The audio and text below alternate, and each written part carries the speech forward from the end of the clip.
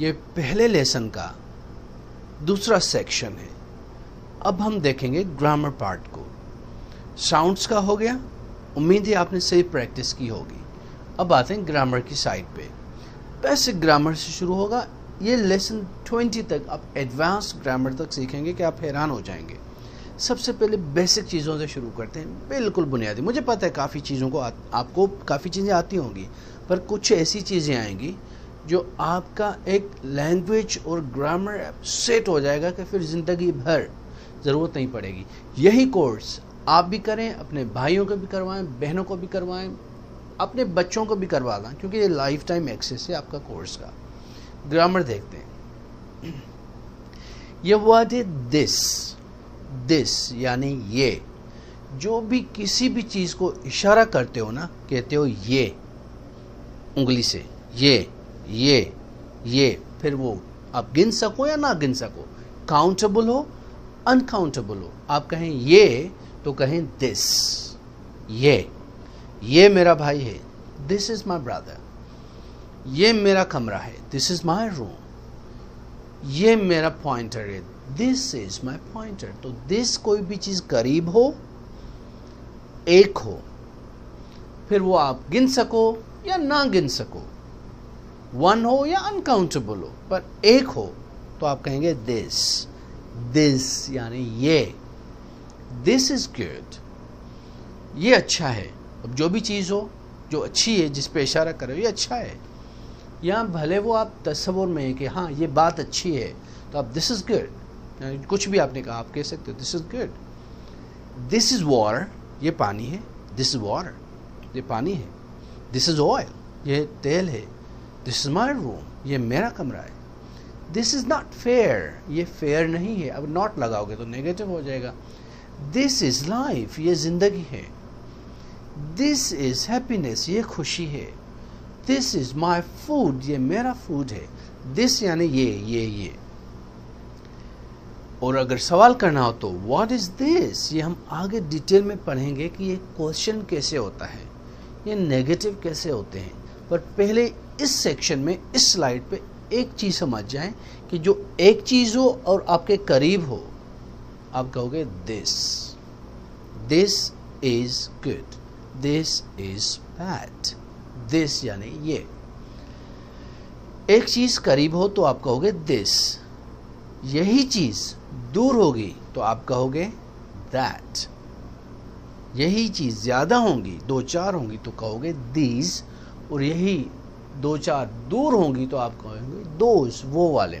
ये अब 1 by 1 पढ़ते हैं। दिस समझ में आया। अब देखो दैट, दूर है, जहाज है, पहाड़ी है, बंदा है। दैट इज माई ब्रदर, वो मेरा भाई है। किसी ने कोई अच्छी बात की, आप कहो दैट्स ग्रेट, अच्छी बात है आपकी। दैट यानी आप उसी की तरफ इशारा कर रहे हो। देयर इज अ बर्ड, वो परिंदा है। देयर इज अ माउंटेन, वो पहाड़ है। दैट्स माई हाउस, वो मेरा घर है, वो मेरी गाड़ी है। दैट्स माई कार, दूर हो एक हो, दैट। करीब हो एक हो, दिस। एक चीज के लिए सिंगुलर हो, गिन सको या ना गिन सको, आप कहोगे दिस करीब, दैट दूर। लुक एट दैट, वो देख, that's good, that's not fair. ये बात जो आपने की तो आप इशारा कर रहे हो उसकी तरफ, सही नहीं की, अच्छी बात नहीं है। That's not fair, that's great, that's good. अब दैट उस सेंस में भी लगा सकते हो या इशारा करो, वो बंदा देख रहे हो, look at that man, that.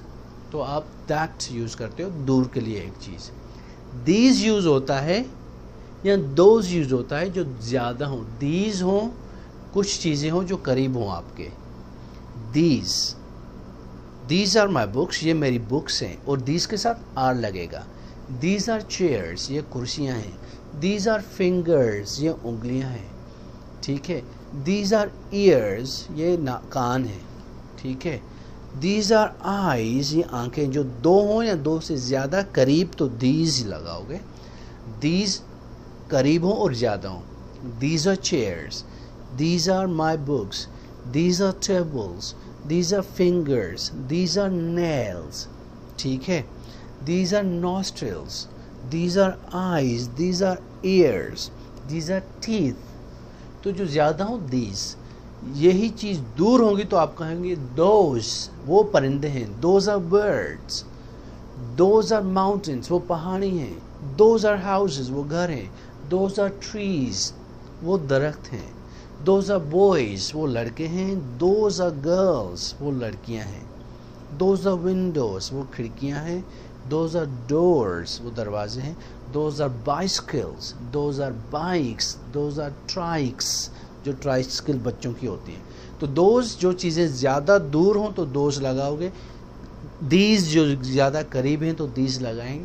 पर दूसरे जुमले में आप those these नहीं कहोगे. मिसाल के तौर पे those are birds, they are small.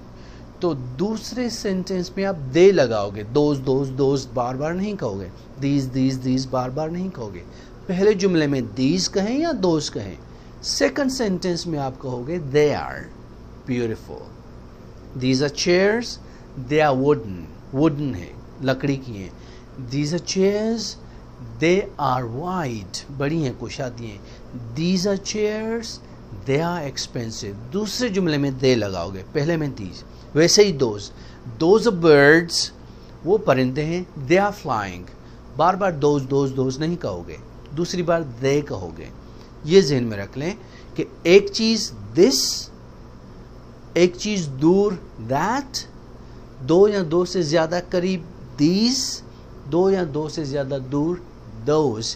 इनको कहते हैं डेमोन्स्ट्रेटिव प्रोनाउंस या डेमोन्स्ट्रेटिव एडजेक्टिव्स. ये इशारे के लिए हम यूज़ करते हैं. जब किसी की चीज़ की तरफ इशारा करेंगे तो हम यूज़ करेंगे. एक होगी तो this करीब, एक होगी दूर तो that, ज़्यादा करीब होंगी तो these, ज़्यादा दूर होंगी तो those. ये चार याद कर लें. और क्या करें, अब जो एक्सरसाइज आएगी इसके बाद, वीडियो देखने के बाद, उसमें आप देखें कि यहाँ this लगाना है, that लगाना है, these लगाना है या those लगाना है. पक्का हो जाए ना, फिर आगे बढ़िएगा. ऐसे नहीं कि बस देखते जाओ. तो this एक करीब, that एक दूर, these ज़्यादा करीब, those ज़्यादा दूर. ये तो समझ में आ गया. this, that, these. अब एक के लिए हम लगाते हैं a और an. अब ये देखेंगे कि a कब लगना है, n कब लगना है. एक चीज़ हो और गिन सको तो लगाओगे a. जो भी चीज़ हो, एक हो और आप गिन सकते हो तो अ ज़रूर लगाओ. इंग्लिश में, उर्दू में नहीं आता. ये किताब है, ये किताब है, तो उर्दू के हिसाब से ये दिस किताब है, दिस इज़ बुक. उर्दू के हिसाब से तो ये तीन है, पर इंग्लिश में अगर बुक एक है तो अ ज़रूर लगाएं, नहीं तो वो जुमला गलत हो जाएगा, क्योंकि इंग्लिश की ग्रामर डिफरेंट है. तो आप कहोगे this is a book, this is a book, this is a man, this is a room. एक चीज़ हो ना तो अ भूल जाओगे तो जुमला गलत ही हो जाएगा, मत भूलें. A cat, a man, a dog, a room. अगर यही चीज़ मैन, कैट किसी वॉल से शुरू हो रही है, हुरूफ इल्ला, वॉल AEIOU इनसे शुरू हो रही है, तो अ की जगह एन लगा दें बस.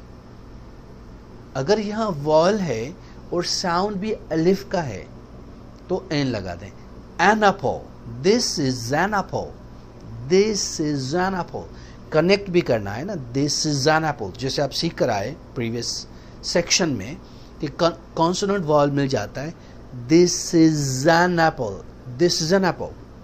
एन एप्पल अलग-अलग नहीं पढ़ेंगे, पर जब एक चीज़ आएगी और वॉल से शुरू होगी तो एन लगाएंगे. An apple. An easy lesson, an easy lesson, an easy lesson. क्योंकि ईजी ई से शुरू हुआ और बाद में नाउन है लेसन, तो आप एन लगाओगे. तो ये समझ में आ गया आपको, बेसिक चीज़ें समझ में आई. एन लगेगा जब कोई भी वॉल से वर्ड शुरू होगा और एक चीज़ होगी. Apple, an apple. Orange, an orange. Egg, an egg. Umbrella, an umbrella. Honest man, H से शुरू हो रहा है पर साउंड अलिफ का है तो an honest, an honest man. Honest नहीं है, ऑनेस्ट है तो आप कहोगे एन ऑनेस्ट मैन। क्यों लगाया एन जबकि एच से शुरू हो रहा है? एच तो वॉल नहीं है, हम एच को नहीं देख रहे, हम देख रहे हैं साउंड को। साउंड ओ से शुरू हो रहा है, एलिफ से, ऑनेस्ट। यूनिवर्सिटी में अ यूनिवर्सिटी लगता है, एन नहीं। क्यों? क्योंकि साउंड यू से शुरू हो रहा है, यूनिवर्सिटी। तो यू साउंड से जो भी वर्ड शुरू होगा तो उसके साथ अ लगेगा, एन नहीं। अन्य वर्ड्स अगर होता जैसे अम्ब्रेला है तो एन लगता। तो इसी वजह से यूनिवर्सिटी के साथ अ लगाते हैं, क्योंकि हमें साउंड को भी देखना होता है, सिर्फ वॉल्स को नहीं देखना होता। अब थोड़ा सा सीखते हैं सम के बारे में, क्योंकि ये लेसन 1 है तो बेसिक चीज़ें सीखोगे, फिर लेसन 2 थोड़ा एडवांस्ड है, लेसन 3 ऐसे बढ़ता जाएगा 20 तक। Amazing, you be a great learner, trust मी।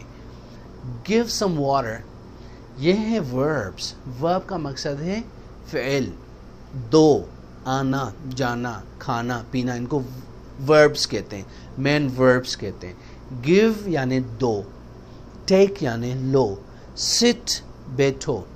इज्जत के साथ कहोगे प्लीज सिट, प्लीज बैठिए, पर बात यही है। वर्ब गिव सम वाटर, कुछ पानी दो। गिव सम मिल्क, थोड़ा दूध दे दो। ड्रिंक सम मिल्क, थोड़ा दूध पियो। हेल्प सम पीपल, कुछ लोगों की मदद करो। सम एक चीज़ के साथ भी आ सकता है, अनकाउंटेबल, जो गिन नहीं सकते, पानी नहीं गिन सकते, दूध नहीं गिन सकते, तो सम लगा दिया, अ एन नहीं लगाया। ड्रिंक सम वाटर, थोड़ा पानी पियो।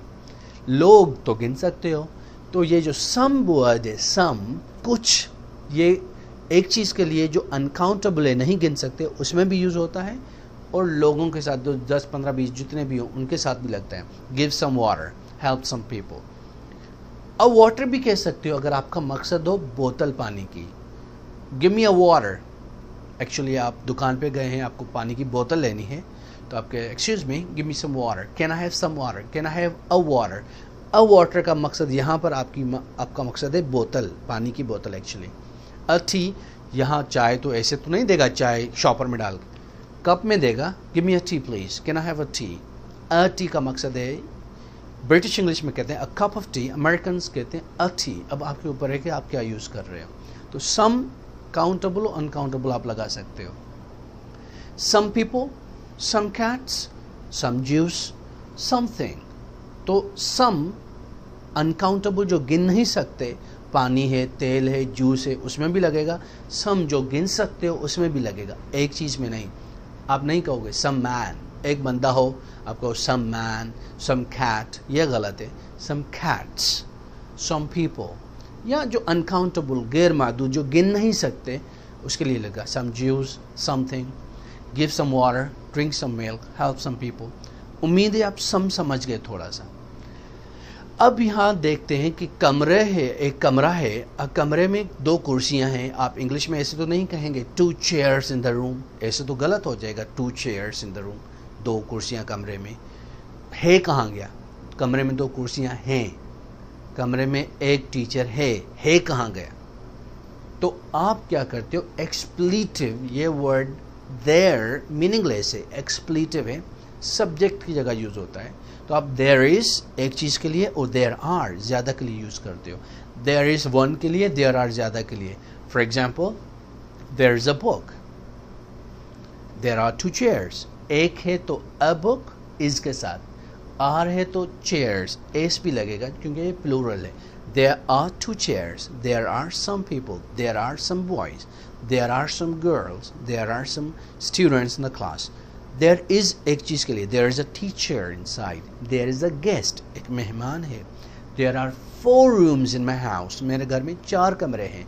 There are 2 toilets in my room, in my house, मेरे घर में 2 टॉयलेट्स हैं। तो एक चीज़ के लिए देयर इज़, ज़्यादा के लिए देयर आर। प्लस कहाँ पर है, तो ये प्रपोजिशनल फ्रेजेस हैं जो यूज़ कर सकते हो। टेबल पर, देयर इज़ अ बुक, कहाँ पर, on the table, under the table, near the table, beside the table, behind the table, कहाँ है, तो आप ये वर्ड्स यूज़ कर सकते हो। There is the bird on the roof, छत पे एक परिंदा है। There is a parrot into the tree, दरख्त में, या इन द ट्री, दरख्त में एक तोता है, पैरट है। तो आप कहाँ पर है, इसको प्रीपोजिशनल फ्रेज कहते हैं जो प्लेस दिखाता है, कहाँ पर है ये चीज़, इन है, ऑन है, किसके ऊपर है, किसके नीचे, near the window, beside the tree. तो ये लगा सकते हो देयर इज़ देयर आर के बाद, ये आप लगाओगे तो ज़्यादा जुमला बेहतर हो जाएगा। जैसे कि देयर आर 2 people आउटसाइड, बाहर दो लोग हैं। There is a car at the door, दरवाजे पे एक गाड़ी है। There are 3 chairs in this room, इस कमरे में 3 कुर्सियां हैं। तो देयर इज़ देयर आर के बाद ही जुमला बनेगा आपका, ये ज़हन में रख लें। नेगेटिव करना है तो नॉट लगाओगे, there is not any book, पर आप फिर एनी भी लगाओगे extra there is there are के साथ अगर नेगेटिव जुमला है तो। There isn't any book, there aren't any chairs. Is not को इज़ंट पढ़ते हैं स्पोकन इंग्लिश में, आर नॉट को आर्ट पढ़ते हैं स्पोकन। जब स्पोकन इंग्लिश हो तो इज़ नॉट ना कहें, आप कहें isn't, there isn't any book, there isn't, isn't, isn't, isn't, there isn't any book, there isn't a boy, there isn't any man inside, there isn't, there aren't any students inside, there aren't any girls inside, there aren't any chairs in the room, there aren't any potatoes, there aren't any apples in the fridge, there aren't anything inside, यानी कुछ भी नहीं है। जब आपको चीज़ कहनी हो ना, there isn't anything inside the room, कमरे में कुछ भी नहीं है, तो आर लगाओगे प्लूरल के लिए, इज लगाओगे सिंगुलर के लिए, ये ज़हन में रख लें।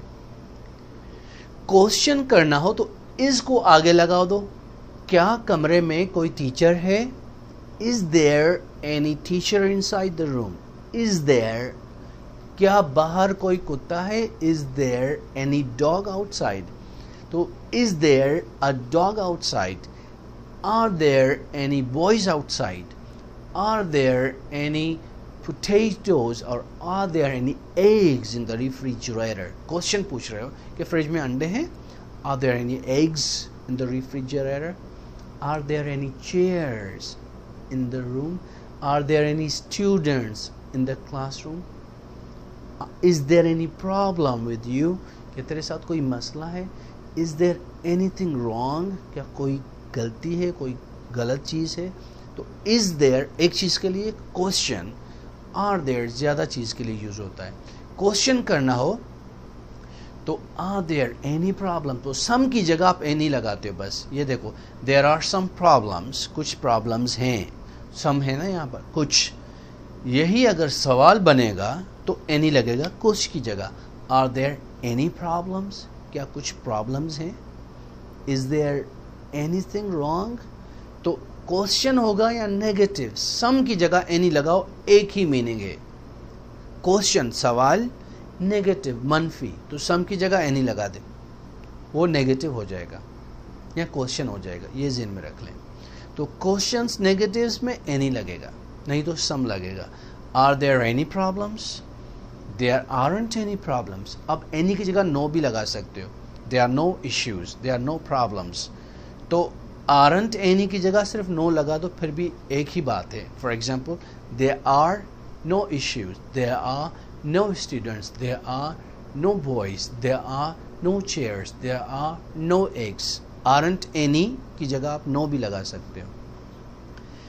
इज एम आर, ये बहुत सिंपल सी चीज़ें होती हैं, बेसिक में आपको आनी चाहिए। इज लगता है एक चीज़ के लिए, ही शी इट और एक नाम हो अली, तो उनके साथ इज़ लगेगा। ही is a student, she is a teacher, it's difficult, Ali is a nice boy.